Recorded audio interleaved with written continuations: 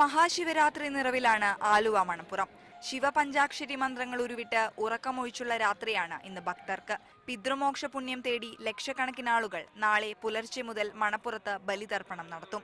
ശിവരാത്രി മഹോത്സവത്തിന്റെയും ബലിതർപ്പണത്തിന്റെയും ഭാഗമായുള്ള പ്രത്യേക പൂജകൾക്ക് ചേന്നാസ് മനക്കൽ പരമേശ്വരൻ നമ്പൂതിരിപ്പാടും മേൽശാന്തി മനക്കൽ സുബ്രഹ്മണ്യൻ നമ്പൂതിരിപ്പാടും മുഖ്യ കാർമ്മികത്വം വഹിക്കും. ബലിതർപ്പണത്തിനായി വിപുലമായ സൗകര്യങ്ങളാണ് തിരുവിതാംകൂർ ദേവസ്വം ബോർഡും ആലുവ നഗരസഭയും ഒരുക്കിയിട്ടുള്ളത്. ഒരേ സമയം 20 പേർക്ക് ബലിതർപ്പണം നടത്താൻ കഴിയുന്ന തരത്തിലുള്ള 200ഓളം ബലിത്തറകളാണ് മണപ്പുറത്ത് സജ്ജീകരിച്ചത്. ക്രമസമാധാന പാലനത്തിനായി ആലുവ റൂറൽ എസ്.പിയുടെ നേതൃത്വത്തിൽ വലിയ പോലീസ് സന്നാഹവും മണപ്പുറത്ത് ക്യാമ്പ് ചെയ്യുന്നുണ്ട്. താൽക്കാലിക പോലീസ് സ്റ്റേഷനും ഫയർ സ്റ്റേഷനും പ്രാഥമിക ശുശ്രൂഷ യൂണിറ്റിന്റെയും സഹായവും ഭക്തർക്കുണ്ടാകും. വലിയ ജനത്തിരക്ക് മുന്നിൽ കണ്ട് ഗതാഗത നിയന്ത്രണവും ഇതിനോടകം ഏർപ്പെടുത്തി കഴിഞ്ഞു. ആലുവയിൽ നിന്നും അഷ്റഫ് മുഹമ്മദിനൊപ്പം ആരതി കൃഷ്ണ, മീഡിയ 1.